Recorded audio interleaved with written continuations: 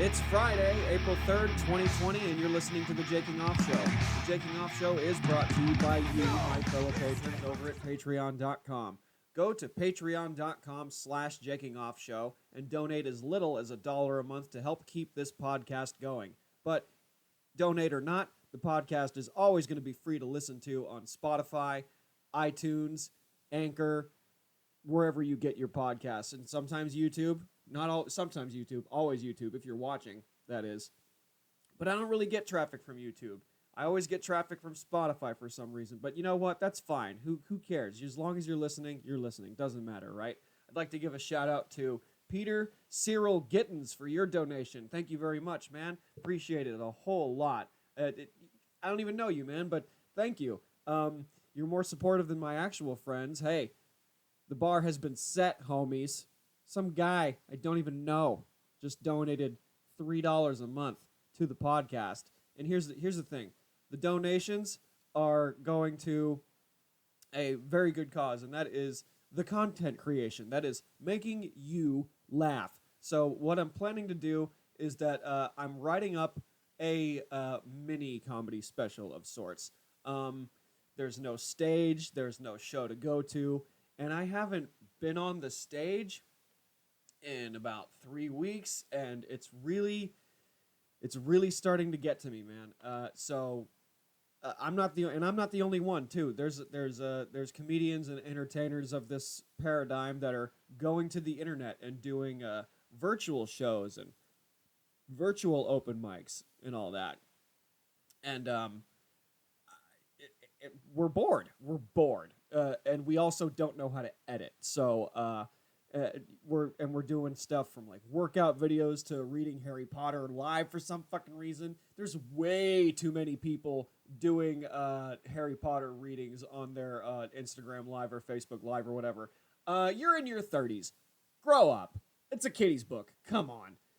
Hey, but you know, who am I to judge? I'm just giving you shit. Doesn't even matter. Yeah, man, I'm really missing the stage. I'm missing it. So what I'm gonna do is that, like I said before, I'm writing up a comedy special of sorts. I think I'm going to do maybe 10, 15 minutes, record it, put it up on the internet, and only Patreon donors will be able to watch it. So if you want to watch this comedy special whenever it comes out, you'll be notified when you start signing up and donating at least $1 a month, or $3 or $5 or whatever. If you're donating, you're watching. Because look, not to toot my own horn or anything, but I'm fucking funny, and if you're good at what you do, you don't do it for free. So, yeah, I'm going to charge. Yo, but Jake, what the fuck? Why are you charging? Why don't you just do everything for free? Because look, let me tell you something. People are going to turn to art, you know? And I'm not saying I'm the greatest comedian ever. I'm out of a job, you know? I gotta get money from somewhere. So what happens is there's expenses for this thing. To even have the podcast on here, I go through a distribution site called Buzzsprout. All right, so what that is that it's a podcasting network that helps you get your stuff on Spotify and Apple Podcasts and Stitcher and Google Podcasts, whatever. With a basic package, the free package is that you get, I believe, 2 hours of recording time. Now, I'm doing this weekly, and that takes up more than 2 hours a month. I cut down to about 3 because there's, as far as I know, there isn't going to be a guest anytime soon. And I do these like half-hour, 45-minute things a week, and I think that's enough time. I've cut down a little bit, and the Patreon donors help cover the spread on that. Also, this equipment costs money. Camera costs money. Microphones, mixers, all this stuff. It costs me, hundreds and hundreds of bucks to invest in this. And of course, that's always going to happen when you invest in any sort of business or hobby or whatever. You spend money on it, And you guys are helping me at least break even on at least the monthly costs. Art costs money. A painter's got to buy paint, right? someone who works in acrylics has to buy, tile or whatever the fuck. You gotta have tools. An artist has tools, and those tools cost money. I am learning how to mix and edit and color grade and all that other stuff with the most basic editing skills that I've got. I don't know how to do the crazy special effects and transitions and all that. And I do have ideas floating around in my head, but I don't have the tools to implement some of those ideas. But what I can do is try to make videos and make you laugh, and that's what I want to do. I want to entertain, and if I can't do that around people, so be it. And that's why I've been so hesitant to try these virtual open mics, and they're fine, and I'm glad people are doing it. I just don't think it's gonna work. And that's like, why am I even doing a 10 minutes of a comedy set and recording it and putting it on the internet? Because I'm getting zero reaction. There's no way to know if the joke works. So what I'm gonna do is that I'm at least gonna smash out the A material, the stuff that I know that works, and sprinkle in some new jokes that I know that I'm confident enough that will work, with like a couple of Corona jokes here and there, because that's all we're talking about. That's all that's happening. We can't go anywhere, So I'm just gonna burn out on and retire some old jokes and challenge myself to come up with new jokes, and maybe then I'll try a virtual open mic and try to like get help from comedians to like punch up jokes or whatever, and like be supportive and get involved and all that. But I'm not ready for that yet. I'm just not ready for that, because this whole craziness was just like a huge like hit in the face. Like we got rocked. All of society has flipped upside down. I work in restaurants and all that shit in my day job, and that's compromised now. That's all like officially kaput. For a little while, my boss was helping me, was working me under the table a little bit to help figure things out, but it's not happening. It's just it can't be done. So I am implementing my little doomsday plan, and that is to get the fuck out of here. And I talked with a very close friend about that. And let me update you on something. Last episode, I talked about how you got to call your friends and hit up your homies just to check in. So I'm a fucking moron. I was so upset and so crushed to call an old phone number, an old friend who's had the same phone number for years.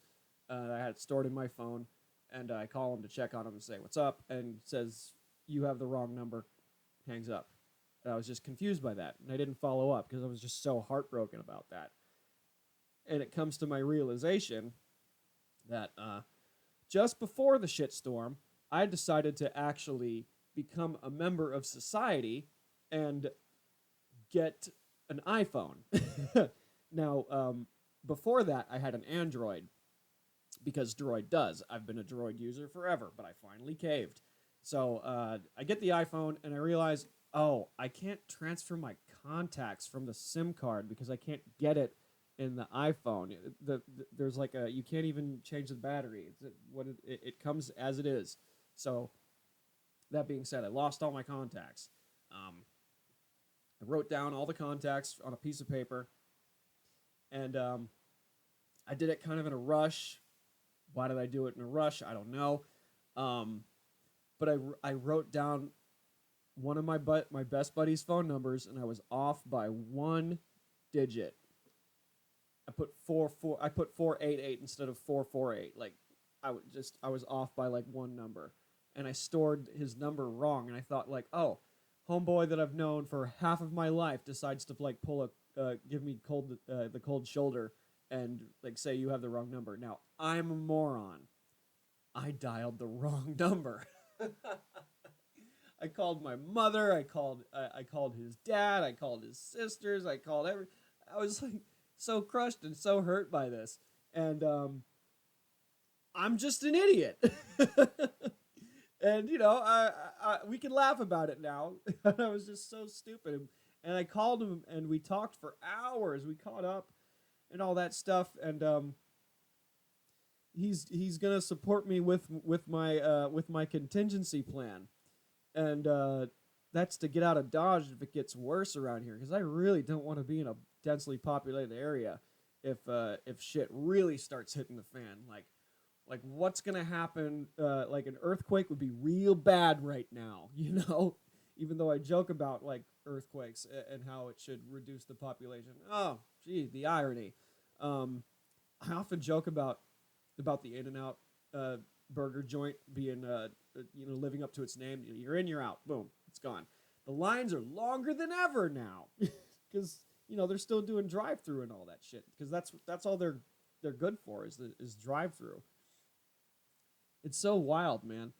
So the plan, the a few ways to implement the plan is get a truck, get a U-Haul, go all the way to Oklahoma to see family, and that can't even happen until this thing blows over, pretty much, which it will. I hope it will. I'm gonna stockpile that unemployment.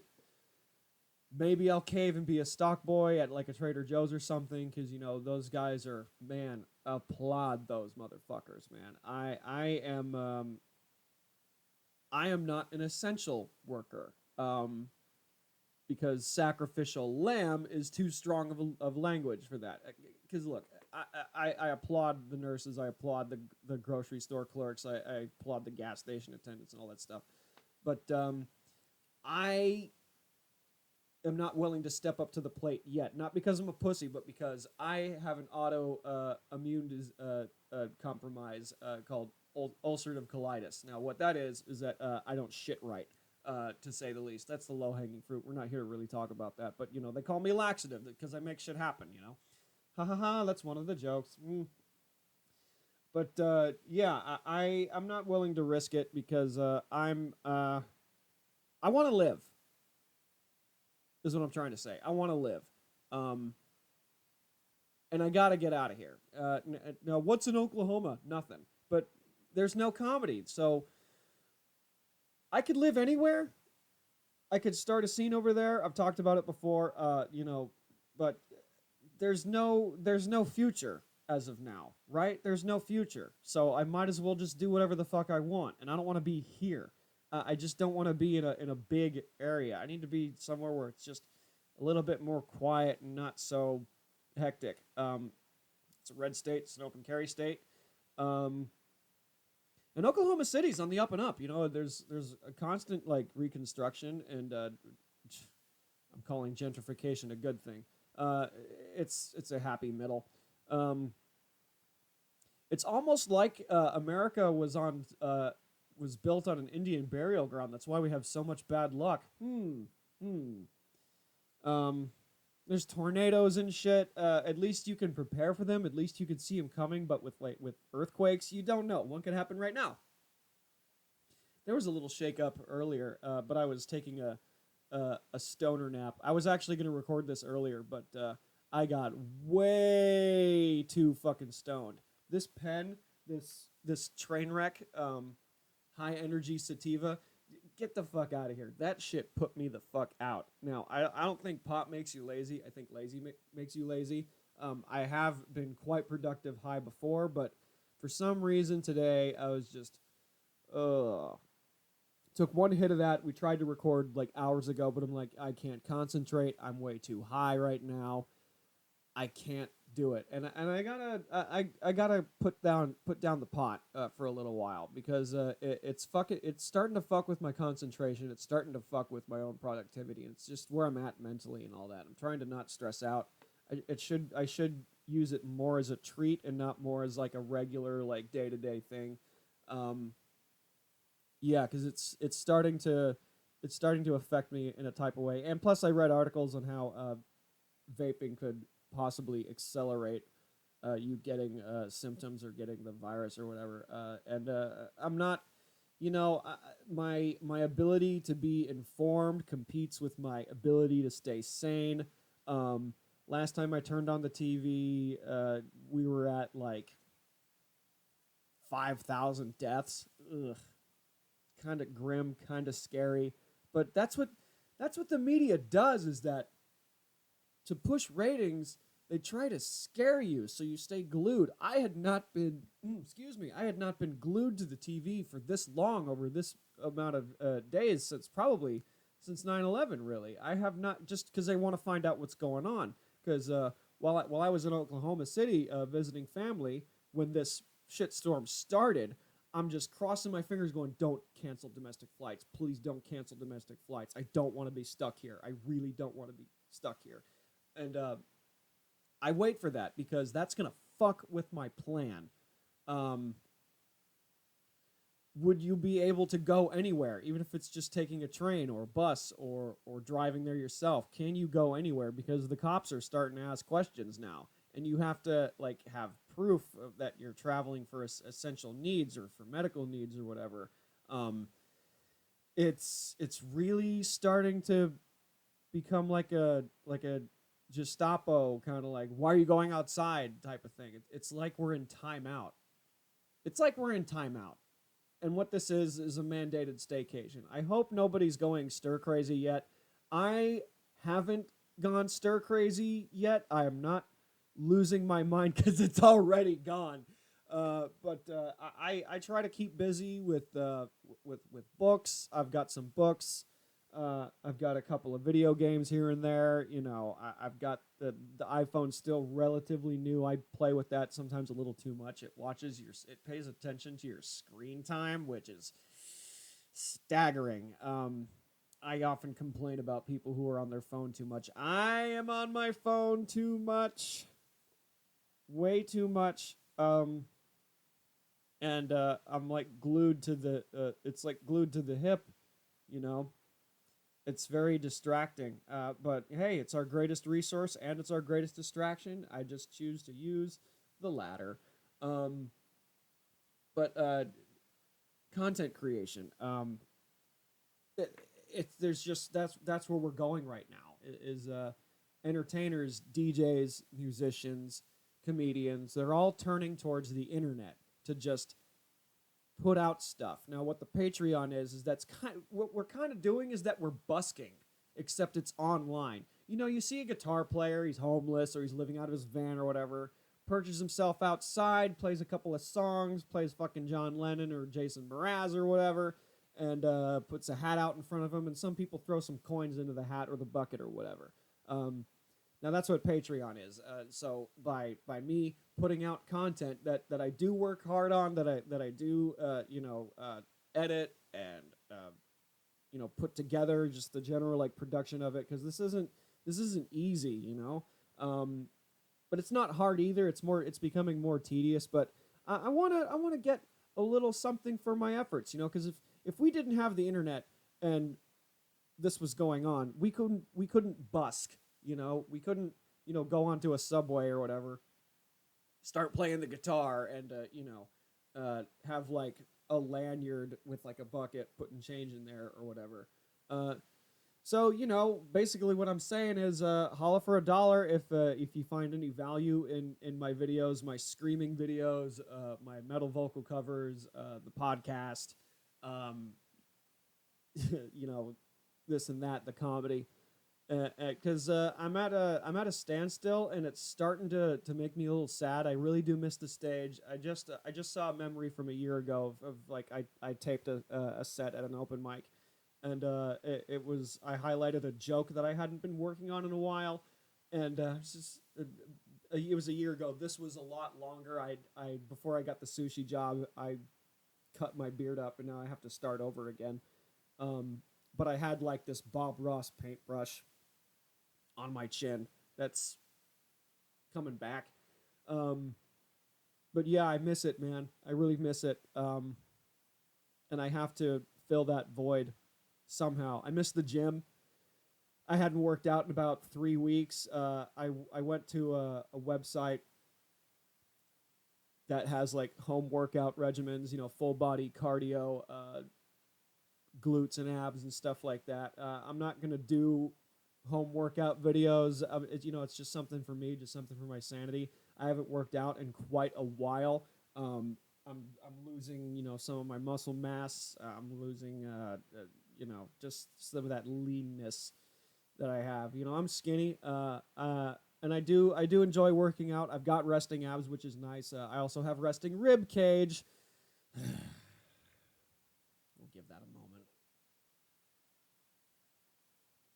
in case that was funny or not. Yeah, that's another thing about filming a mini comedy special is that I have to give pause for laughter. Now, to give pause while there's laughs going on, you get like in comedy, you get like an applause break. You let people laugh before you move on to the next part because you want everyone to stay on the same page, right? Um, do I time this out right?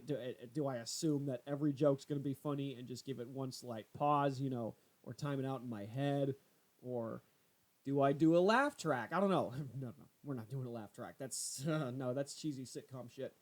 We're not doing that anytime soon. But I don't know. It's such a touch and go thing. So I've got the notebook somewhere. I moved it,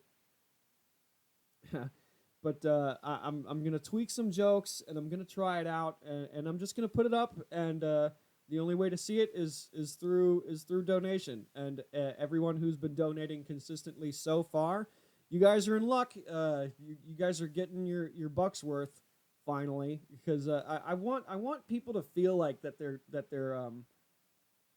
getting something out of what they're donating, and now it becomes a job, and that's what I want. I want comedy to be my job. I want the podcast to be my job, so I don't have to do like a regular jack off job. And if I can make a living doing that, I don't care what town I'm living in. I've said it before. I've said it 1,000 times. You know, um, I don't care what town I'm in, and if I'm gonna pack my bags and move, bring it on. Let's do it. I'm down. I just got to save up some coin. You know, I gotta save my money.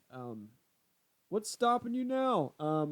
I need money on the back burner because on the last episode I also talked about being fake broke. And for just such an occasion, should something go wrong or should I get hurt or injured or I can't, work and stuff like that, I go into the fake broke account or the shit happens account and I go in there and I try and save myself. Now, I've got money in the back burner. I'm good right now. I'm not worried yet.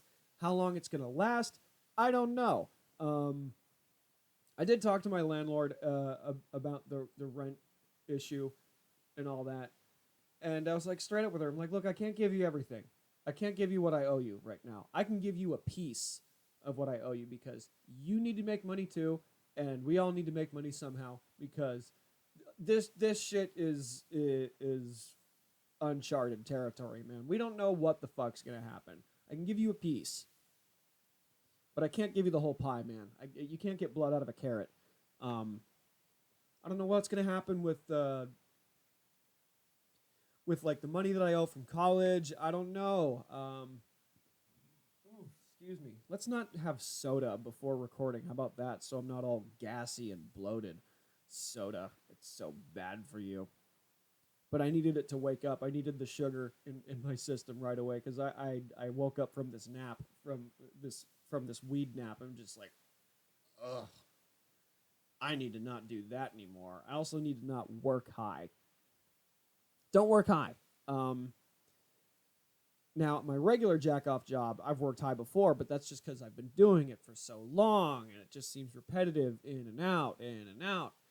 And I had been doing stand-up and for about a year and change, and I do not work high because when I do, I forget everything that I'm going to say. I've been doing the podcast since last July, so that's about like 6, 7 months, 8 months and change or whatever. And I've done most of the episodes stoned. I've done most of the guest episodes like with a little highness in me. And I gotta stop doing that, and I gotta focus on the technical stuff, on what's right. Here I am staring at the audio, and all that, just to make sure that it's working. And I don't have a guy here. I don't have a helping hand. I'm just doing it all by myself, you know. And I can do that with the format that I have right now. You know, I want to have an office one day. I want to have, you know, more production value further invested into this. I want it to be. I want the podcast to be better than the last one. I want it to just be a constant growing thing, you know, because it's fun and I enjoy it and I like to do it. And I like to talk to myself for a half an hour and change. It's therapeutic at this point because all work and no play makes Jack a very dull boy. You go crazy, man. So you got to get creative. You got to do other stuff. I have friends that make things. I have friends that are doing live streams on for music, and you know, I donate money to a couple of friends' podcasts, and you know, I throw money here or there to just stuff that I enjoy. I can't help everybody, but you can help someone. And if you're not helping anybody and you want to help me, give me $1 for all my hard work to keep you entertained. No, I seriously mean that, you know, because if you still have your job, you can't go to the movies. You can't go out to dinner. I mean, there's takeout and stuff, but it's not the same, you know. So we value entertainment, and that's where we go. All I'm saying is, you know, help out your fellow artists, friends. You know, I've actually there's someone that I know that's painting, and it's a really it's really good work. I was looking at this chick's painting of two people about to kiss, but they're wearing the mask thingies, the N95 mask, and that's just fucking beautiful, man. I want to hang that up in my wall. I don't know. Do we ask about prices? Do I want to buy art right now? I don't know, because there's no money coming in. I got to go into the fuck you money. So once I get some sort of income flowing again, I want to help out my artist nerd friends in a better way, you know. All you people that said that you were going to come to my show one day and you're like, oh, I'll go to the next one. I'll go to the next one. Well, you don't have an excuse now, man. Now you can't come to my shows. Now you can't come see me. Now you can't support. So if you've always wanted to come to a show and you want to see me work, dude, give me something, you know? It's not like I was getting paid anyway, but just like, nothing good comes out of comfort, and this isn't easy for me. I actually hate hearing myself talk, and I have to hear the playback on the audio when I'm done with all of it just to make sure it's all, you know, square. I got to put in the music later. You know, I edit this stuff, and I got to hear myself talk, and I got to look at myself on the camera and go, and I hate looking at myself, but I just shut up and do it. I'm very hypercritical. You know, I'm very I overthink a lot when it comes to making stuff. I'm like, oh, is it good? And I look over playback on, like, let's say a video, and I don't want to keep that take, or I want this take or that. I have to go through it to, you know, make sure what I have is good that I can use.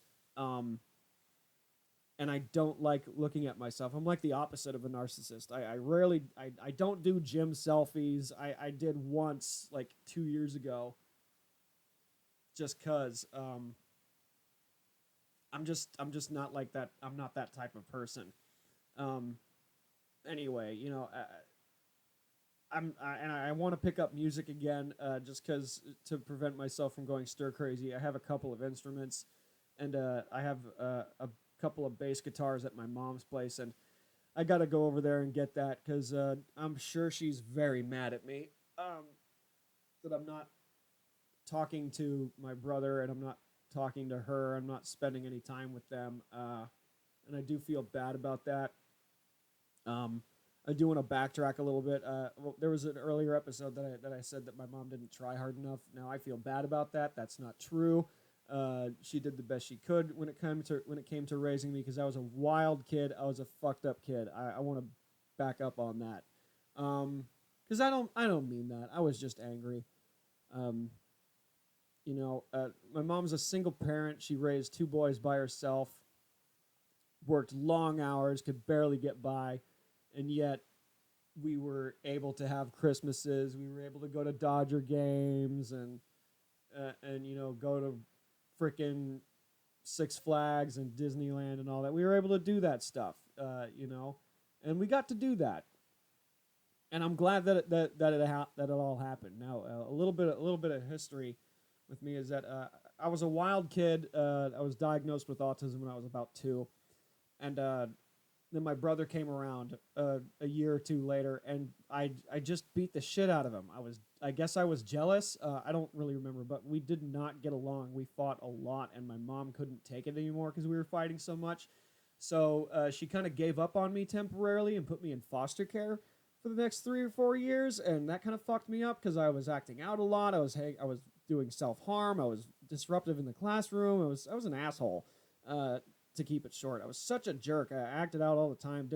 Still don't know my dad, and got moved around a lot. And then she got me out of it because I was getting older and I was living with people that were abusive and all that shit. It was a whole lot worse. This is a whole nother episode in case I want to vent that out. But it was a rough patch. So early life was the Northridge earthquake, and then foster care, and then 9/11 and Iraq War, and growing up and just being a fucking teenager with no friends. High school, the market crash, viruses, H1N1, Zika. I'm not even 30 yet. Now this shit's happening. Like, what's next? Am I being toughened up for the times that I lived? I don't know. I'm certainly handling this a lot better than some, I want to believe, because whatever happens, man. The chips are going to fall where they may, and if this shit takes me out, so be it. We had an okay run, Where am I going with this? Yeah, I had somewhat of a rough childhood, and it built me up to the person that I am today. I've grown out of it. I've become a tougher person. I've built character through trauma and misfortune, I suppose, and I'm handling it. Well, I don't have kids to worry about. I'm not fucking married. I don't have I've got money on the back burner. I'm not so worried right now, but I don't know how long this is gonna last, man. And we're just gonna base it on touch and go, do it day by day, and we'll get through this. I know that there's people that are listening to this that still might have their jobs, that are looking to escape, and here I am fucking talking about it again. We're gonna pull through this, and I've said it before. I'll say it again. We'll pull through this. We're gonna be okay. Just do your part and stay the fuck home. Oh man, I'm glad the fucking gas stations are still open. Because I want a snack sometimes, and gas station food's not good. But you get stoned on the train wreck, and you start craving like chips and energy drinks and fucking 7-Eleven pizzas and shit. What was I saying? The gas station's still open. I'm getting some stuff. People are 6 feet apart, but there's one guy who's wearing the mask, and he's standing right behind me. And I just turn around, and I'm like, dude, can you just back up a bit? He goes like, oh, okay, sorry. Now, what I wanted to say was, motherfucker, just because you have your protective gear on doesn't mean you get to stand elbow to elbow next to me, dude. Like, come on. I can smell your musk from right behind me, dog. This isn't a New York subway. Like, stay the fuck back. The fact that I even went outside today was risking it. Like, I'm wearing a bandana and all that shit. I don't know. All that facial recognition technology, all those cell towers, taking pictures of us everywhere. And now we're outside making masks and all that. Like, haha, gotcha. Now you can't identify us when we do crime. Not that I would do crime. But yeah, it's like, dude, keep your fucking distance. Like, airports are already nasty to begin with. I was at an airport recently, and it was eerie because it was dead. But like, people are fucking disgusting. You breathe that airplane air from wherever the fuck it came from. People are picking their feet and like doing their hair and coughing and sneezing and drinking and all that shit. Like, people are just fucking disgusting. People are gross, and I hate people. There's too many of us. I'm glad this plague is happening. Fuck it. Yeah, I'll say that. No, I'm just kidding. Am I? I don't know. I'm such a misanthrope sometimes. And, you know, I secretly wish on the fuck all earthquake to get us all the fuck back to where we came from. And I've been joking about that for years, but, you know, here we are. Here we are, and what seems to be, like, desolate, but people are just hunkered down indoors. And we'll see how long that lasts, man. But just know that, you know, like I said before, you're not alone in this. Call your friends. Hopefully you have the right number, and you actually call them and check up on your homeboys, and your homegirls, and your home slices, or your home non-binary they, them, whatever.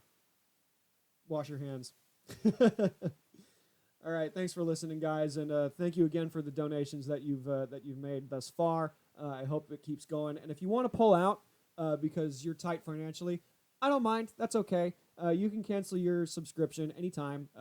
If you want to put your money towards, you know, eggs and bread and stuff because it's getting desperate out there, I completely understand.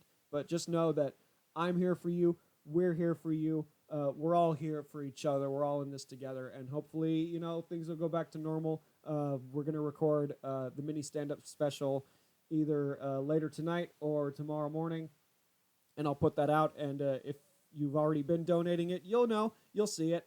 And maybe I'll do a mini promo. It's like, hey, it's out. Donate for $1. I'll do that on the social media if you follow me on that, too. All right. Thanks a lot, guys. Take care. Bye.